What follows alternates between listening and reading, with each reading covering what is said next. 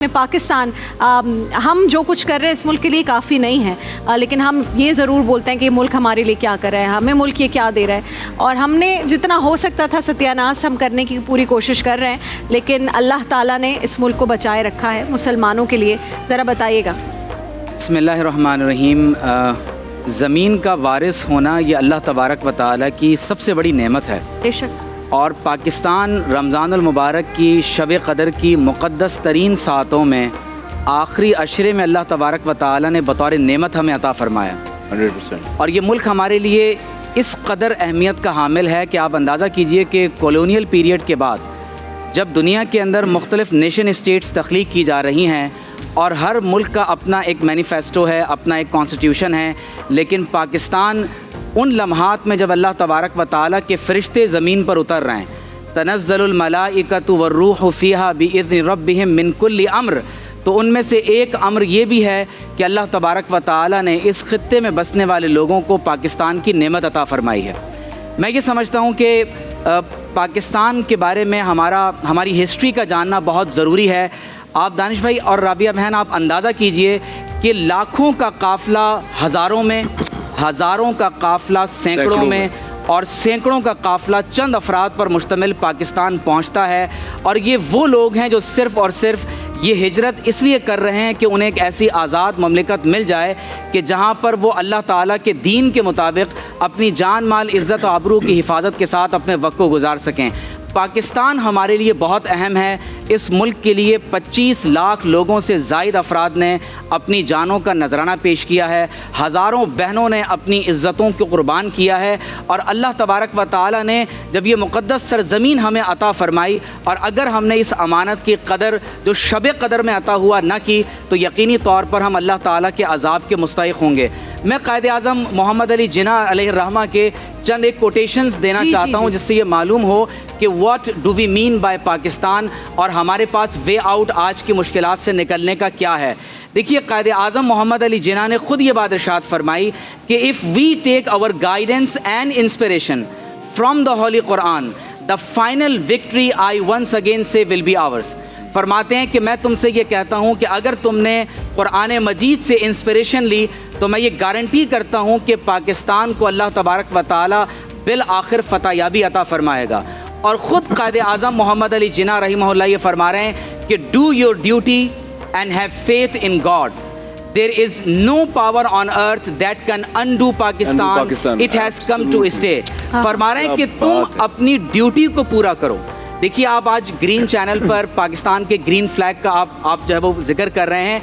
ये green flag और ये ग्रीन जो कलर है ये दरअसल गुंबद खजरा के साथ निस्बत रखता है और हुजूर अकरम सल्लल्लाहु अलैहि वसल्लम के गुंबद खजरा के साथ ये निस्बत हमें ये पैगाम देती है कि पाकिस्तान का मतलब क्या, ला इलाहा इल्लल्लाह मुहम्मदुर रसूलुल्लाह। तो क़ायद आज़म फरमा रहे हैं कि अगर तुम अल्लाह और उसके रसूल पर ईमान रखोगे तो कायनात की कोई ताकत पाकिस्तान को अंडू नहीं कर सकती। ये इंशाअल्लाह ताला क़यामत तक कायम रहेगा। क़ायद आज़म ने पाकिस्तान को 5th largest Islamic state in the world करार दिया। क़ायद आज़म ने फरमाया कि मेरा ये पैगाम जहाँ तक लोगों तक जाता है, मैं ये मैसेज लोगों तक पहुँचाना चाहता हूँ कि वो अपना सब कुछ पाकिस्तान को बुलवर्क ऑफ इस्लाम यानी इस्लाम का किला बनाने के लिए कुर्बान कर दें। और क़ायद आज़म ख़ुद फरमा रहे हैं कि Pakistan not only means freedom and independence but Islamic ideology which has to be preserve. अब आप गौर कीजिए कि दुनिया में कई ममालिक आज़ाद होते हैं, बहुत से लोग इंडिपेंडेंस डे मना रहे होते हैं। पाकिस्तान और दीगर मुल्कों में फ़र्क क्या है? फ़र्क ये है कि ये मुल्क इस्लाम के नाम पर बना है, जिसे क़ायद आज़म ने इस्लामिक आइडियोलॉजी कहा है। और आप अपने पाकिस्तान के आइन का आप प्रियम्बल पढ़ के देखें क्या लिखा हुआ है। Sovereignty over the entire universe belongs to Almighty Allah alone. इक़्तिदार आला का मालिक सिर्फ पाकिस्तान में नहीं, इस पूरी कायनात का मतलब ला इलाहा इल्लल्लाह मुहम्मदुर रसूलुल्लाह है। हमारे आइन में लिखा है कि article 2A Islam shall be the state religion of Pakistan.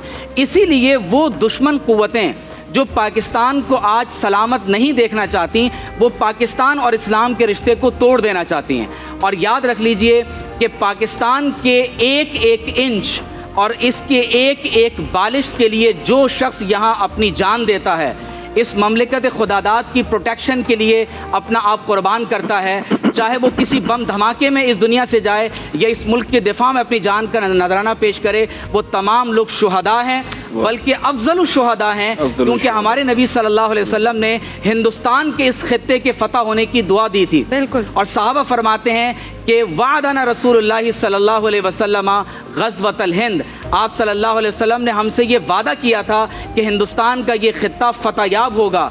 और आप गौर कर लीजिए, मेरी एक किताब गज़वा हिंद पर भी है, मैं इंशाल्लाह आपको पेश करूँगा। इन तमाम तर अहादीस का निचोड़ अगर हम निकालें तो मालूम ये होता है कि हज़रत सैयदना अमीरुल मोमिनीन उमर फ़ारूक के दौरे मुबारक से लेकर पाकिस्तान बनने तक और क़यामत तक हिंदुस्तान के साथ जितनी भी जंगें हमारी बर्पा होंगी, और जब कभी इस खित्ते में इस्लामी निज़ाम के लिए, पाकिस्तान या किसी भी इस्लामी मुल्क के लिए कोशिश होगी, तो याद रख लीजिए कि वो तमाम शुहदा वो अफजल शुहदा हैं, क्योंकि ये ग़ज़वा हिंद की बशारत में शामिल हैं। और मैं यहाँ पर इस बात को यहाँ कंक्लूड करना चाहूँगा कि वो लोग जो पाकिस्तान से नाराज़ हो रहे हैं और वो समझते हैं कि इस मुल्क में नहीं है, कुछ भी नहीं बाकी रहा, आप यकीन जाने, मैं कभी कभी सोचता हूँ, आप बैरून मुल्क दानिश भाई सफ़र करें, राबिया बहन, तो आप डॉलर्स में, पाउंड्स में, आप रियाल में इन्वेस्ट कर रहे होते हैं, आप आज भी यहाँ 200 रुपए में बहुत अच्छा खाना खा सकते हैं। ऐसे ही इस मुल्क में जो आज़ादी है, जो मोहब्बत है, जो प्यार है, साहब ये वो मुल्क है जहाँ 200 नहीं भी हो तब भी खाना मिल जाएगा, आप तब भी खाना खा सकते हैं। और सबसे बड़ी बात ये कि इस मुल्क में ऐसी कौम बसती है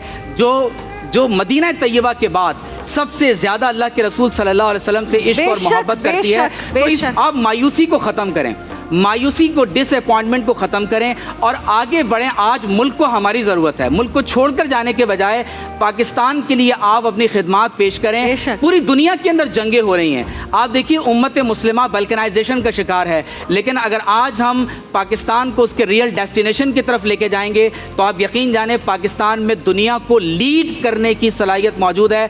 और मैं ये उम्मीद करता हूँ कि कायदे आज़म और हमारे फाउंडिंग फादर्स की पेशनगोई के मुताबिक पाकिस्तान को इंशाअल्लाह कुछ नहीं होगा। यहाँ पर हमारी पाक फौज मौजूद है, यहाँ पर पाकिस्तान से मोहब्बत करने वाले लोग मौजूद हैं, और इंशाअल्लाह ताला अगर कभी बुरा वक्त आएगा तो चंद लाख की फौज नहीं होगी, ये 22 करोड़ अवाम, ये 22 करोड़ अवाम पाकिस्तान के दिफा में खड़ी होगी। जो लोग मायूस हो रहे हैं, मायूस ना हो, सब पाकिस्तान और इस्लाम के दिफा के लिए एक हो जाएं। और कायदे आज़म के मैसेज पर मैं ये बात ख़त्म कर रहा हूँ कि कायदे आज़म ने ये बात फरमाई थी कि हमारे लिए एक ही ऑप्शन है कि टू लिव फॉर पाकिस्तान और टू डाई फॉर पाकिस्तान। क्या बात